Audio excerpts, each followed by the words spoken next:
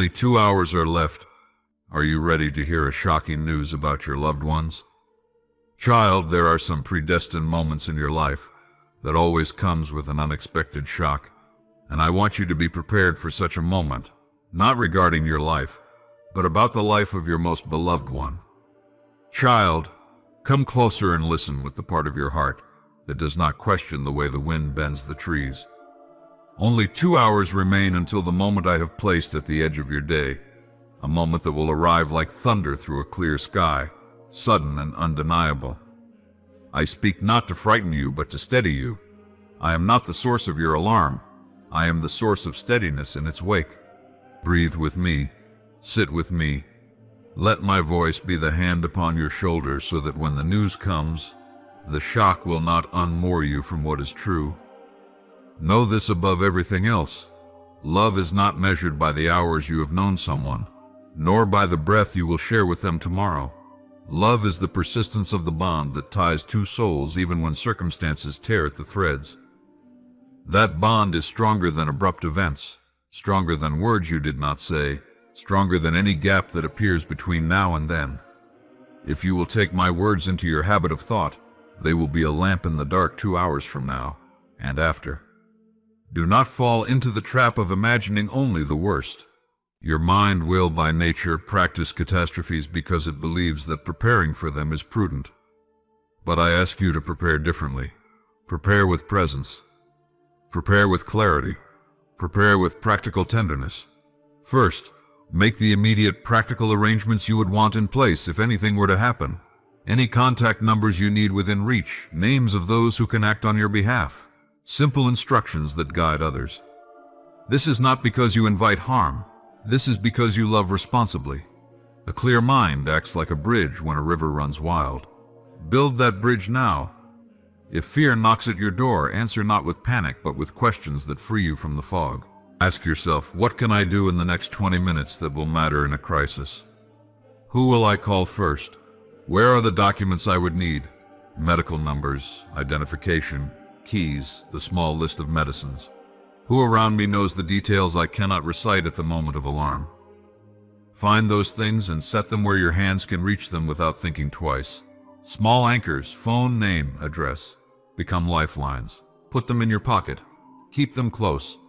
And listen, do not let guilt be the pillow upon which you sleep tonight. Guilt makes loud demands about what ought to have been said. Regret would make you believe that words unsaid are irreversible debts. That is not how love counts. The ledger that matters records the intention to love, the acts of care, the small gestures that built your relationship across ordinary days. Say what needs saying now. A few clear sentences that do not seek to fix all things but to be honest and loving. Speak in plain language.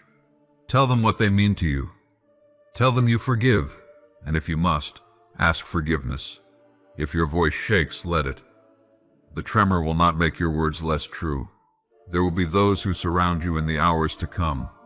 Some will offer sheltering silence. Some will offer clumsy words. Accept both. Silence is not empty. It is a room where grief can settle. Let it have space. Clumsy words are human hands waving in the dark to find something to hold. Do not deride the hands that reach. If you can, name the one beside you who calms you the most and ask them to stay. If you cannot choose, allow the love of many to stand around you like a ring of light. People will want to help. Allow them to do what they can. Make a call, fetch a cup of tea, carry a coat. In these practicalities you will find steadying.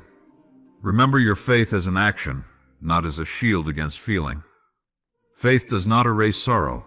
It changes the way sorrow sits with you.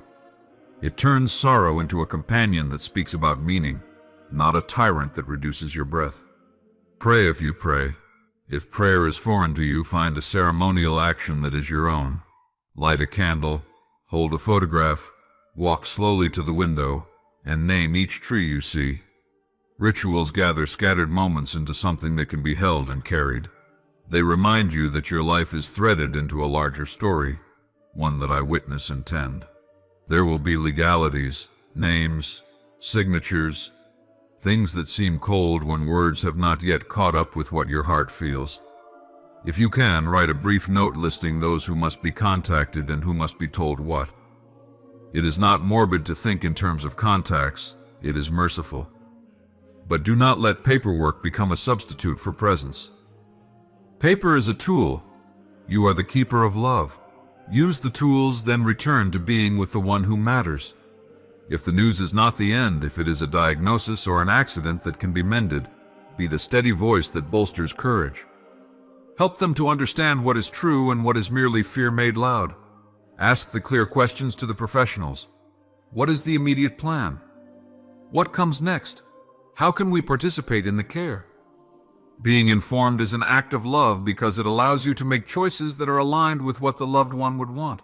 And if they are not able to speak, speak in their stead gently. Let your words carry their known wishes forward. Do not decide for them what they would not have chosen. If the news is final, if the door that closes does so in a manner that cannot be opened again in this life, hear me when I say final is not annihilation. Loss is not the end of the bond. The one you love exists in the echo of your memories, in the small habits they taught you, in recipes, in laughter, in the way your hands now reach for a place at the table. Those are not empty things. They are the continuation of a story written together. Grief is the price of love, and I do not begrudge you that price. It is not a punishment, but a proof that you have given and been given something of profound worth. When sorrow wakes you in the long night after, do not be surprised if the first days move like a thick fog, numbness, disbelief, the surreal sense that the world is cracked but continues to function with its indifferent sun. That is normal. Allow this to be so. In the fog, let small tasks be your measure of the day. Drink water. Move toward light. Accept food even if your appetite is thin. Small acts of care are the threads that sew you back together. You need not perform heroics in your first hours. You need to be kind to yourself as you would to a child who has fallen. Let memory be a sacred place, not a torture chamber. There will be moments when your mind circles what-ifs and if-onlys. Take those thoughts by the hand and lead them into conversation. Speak aloud the stories you shared, the silly things, the compromised plans, the moments of tenderness. Those stories will become a gentle lamp that keeps the darkness from swallowing everything. They will be a living library of the love you shared. Write some of them down. Ask someone you trust to record what they remember about the one you love. Other people's perspectives will surprise and comfort you. Forgiveness is a balm you can give yourself and others. If there were unresolved quarrels, know that relationships rarely fit into neat endings. People are mosaics of mistakes and beauty. If reconciliation is possible, work toward it with humility and speed. If reunion is not possible, grant yourself the mercy to let go of fault and rest in gratitude for the good. Holding on to anger will not bring back the person you love. It will only make your days heavier. Letting go is not forgetting. It is choosing life in the present so you can honor the past without living in chains. There will be practical people who will ask about services, about places to gather, about meals and clothes. Delegate. Let others take on the tasks that do not require your personal touch. You do not need to manage everything. People who offer to help are often relieved to be given something specific to do. Name the thing, hand it over, and accept the help with thanks. It is both humility and a wise use of community. If children are involved, shield them with truth suited to their age. Children are more resilient than we often credit, but they are also deeply attuned to the tone of adults. Speak simply and honestly, and be mindful of the language you use. Avoid metaphors that confuse. Do not say went to sleep for a very young child who may now fear sleep itself. Be present. Sit with them. Let them ask questions and answer as straightforwardly as you can. Their grief will be real, but manageable if you hold them close and allow their tears. Do not neglect the rituals that mean something to you culturally or spiritually. Funerals, memorials, blessings, these are not mere formalities. They gather a community's love and grief, and in doing so they transform private pain into public memory. They allow the community to say, "We remember," and that phrase carries enormous weight. When you gather, share stories, laugh, cry. Allow music to move through you. The sound of other voices gives rhythm to sorrow and hope alike. Expect the landscape of your life to change. The places that once felt full will, for a time, feel hollow. Familiar routines may shift. Let that change be a teacher, not a tormentor. New routines will be necessary. Create them slowly. Let each day contain a small, deliberate act of purpose. A walk, a poem, a call to a friend, so that your life continues to be made up of meaningful choices. And in everything, keep asking, where is meaning to be found now? Meaning is not always in great answers. Often it is in small loyalties, continuing a ritual the two of you cherished, visiting a place that was important to them, preparing their favorite meal on the day you always would have. These small acts are the way love insists on continuity. They are the quiet rebellion against erasure. Do not be surprised if, in the months that follow, anniversary dates become heavy boulders on your path. Plan for those days. Decide in advance whether you will mark them privately or with others. Make a ritual that honors the person and gives you a framework to breathe through the memory. Preparation tempers the shock of the date's arrival. Light a candle, make a playlist, plant a small thing in the earth. Choose a consistent action that hands you a small measure of control in the face of a date's emotional power. If you are tempted to isolate, be wary.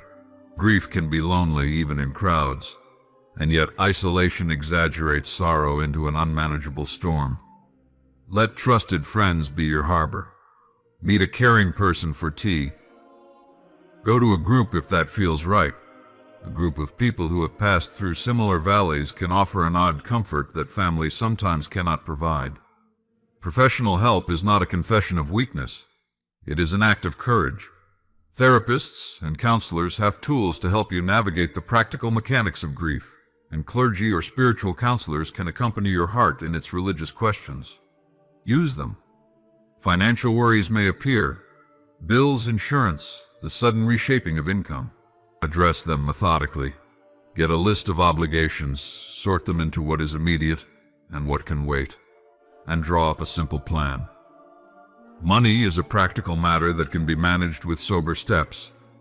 Avoid making large, irreversible decisions in the first months, unless absolutely necessary. Give yourself a season to breathe before rewriting the major chapters of your life. Most of all, allow yourself to be changed. The person you loved has left an imprint. That imprint will reconfigure you.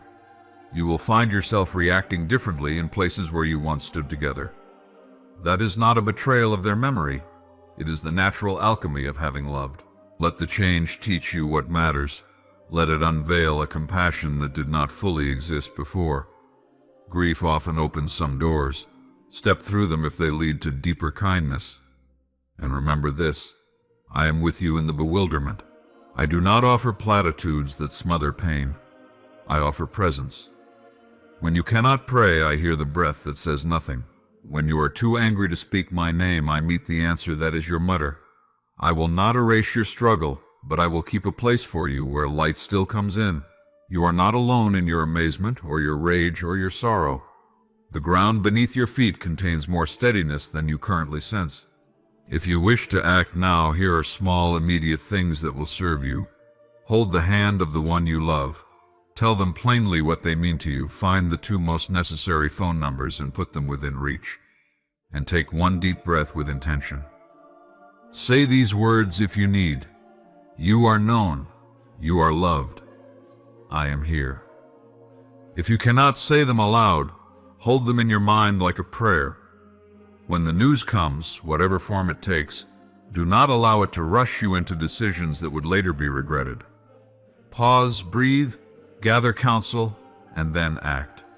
Rarely does the best choice appear in the first moments of panic. The best choices come when clarity has been afforded a few calm breaths. In the long arc of your life, this event will be a carved groove. It will shape how you tell your story and how you love on. Let that shaping be gentle and wise. Let the memory of the one you love press you toward goodness rather than bitterness. Let their life inspire you to kindness toward others who are bearing the same cross. Create a living memorial if that helps, an act of service, a scholarship, a yearly kindness, a tradition that keeps their values in the world. That kind of continuation is the most beautiful way to honor a life. Above all, carry this simple truth. To love fully is to risk pain. You have taken the risk, and I count that as a brave and honorable thing. Loss does not mean you loved wrongly. It means you loved truly. Allow that truth to argue against despair. Listen, child. Listen not only with your ears, but with the quiet place in you that remembers why you were formed. I speak plainly because the truth I give is practical and gentle, and because your life will be simpler and richer if you hold it. Relationships are not an ornament you wear when the day is easy. They are the architecture of your soul. You have been placed among others not as an afterthought, but as a deliberate design. I did not make you to be wholly self-contained. I made you to respond and be responded to give and to receive, to reflect and be reflected. To care for the people in your life is to participate in the work of creation itself. First, understand that your relationships are the primary way your deepest parts grow. Ideas are necessary. Solitude has value. Books and thoughts shape you. Yet the habits of your heart, courage, patience, tenderness, honesty, are forged in the climate of other people's presence. You learn fortitude not by looking at it in a mirror, but by being tested when a friend needs steadiness. You practice gentleness not by instructing it, but by holding a hand that trembles and choosing to be soft. Relationship is apprenticeship in humanity. When you care, you enroll in a curriculum that cannot be learned alone.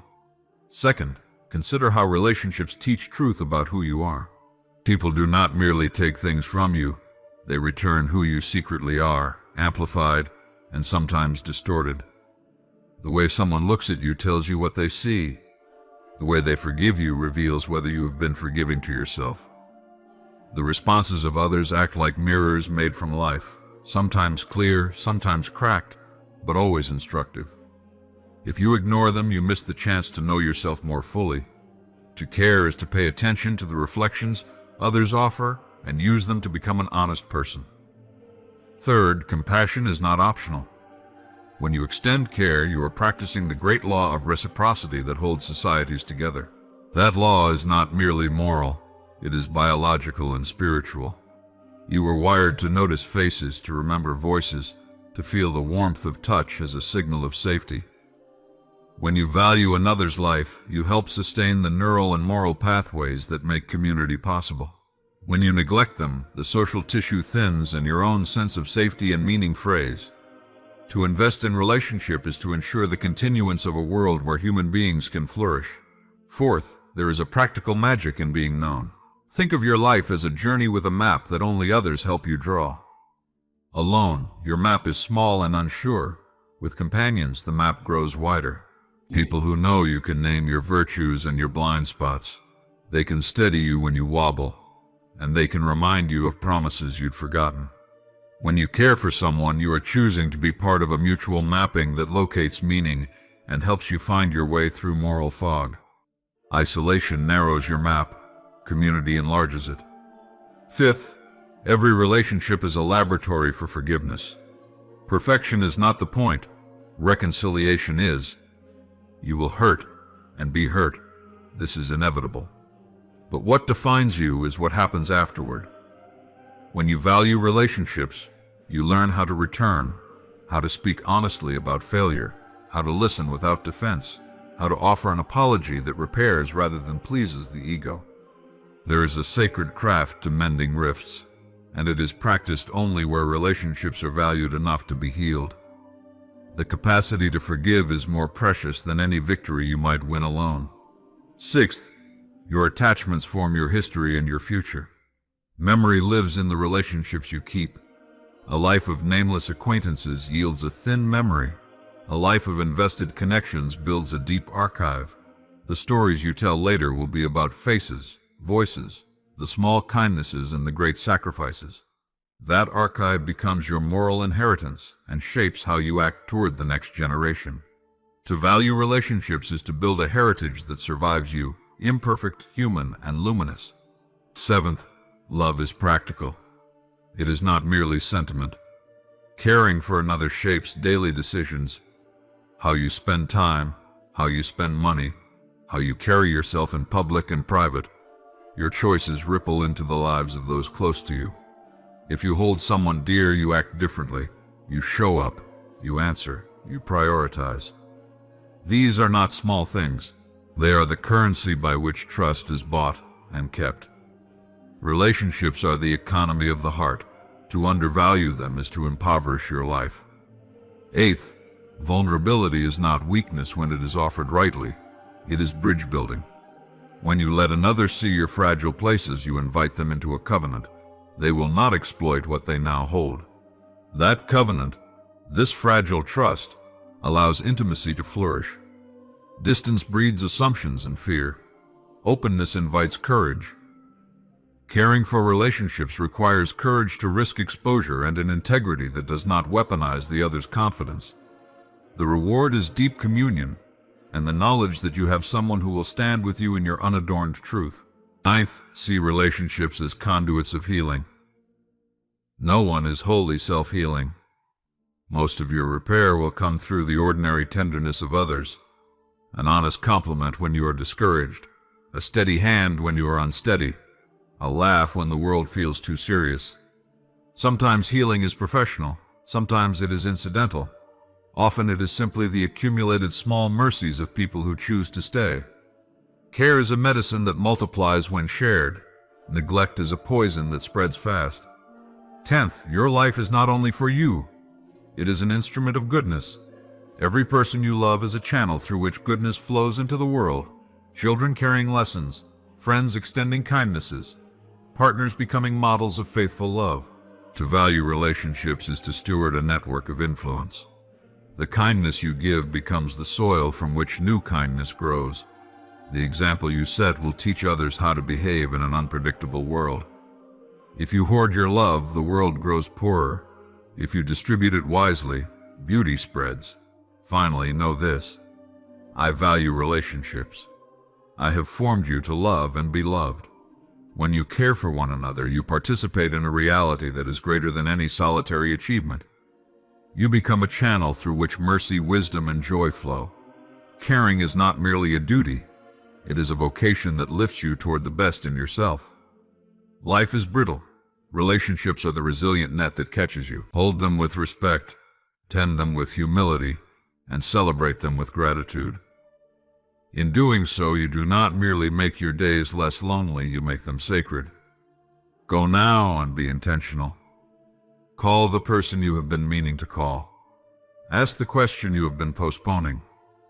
Offer the apology that will loosen both your shoulders. Give the compliment that might carry another through a dark hour. Remember that every small act of care compounds into a life worth living and a legacy worth leaving. I am with you in each conversation, in each silence, in each choice to love. Amen.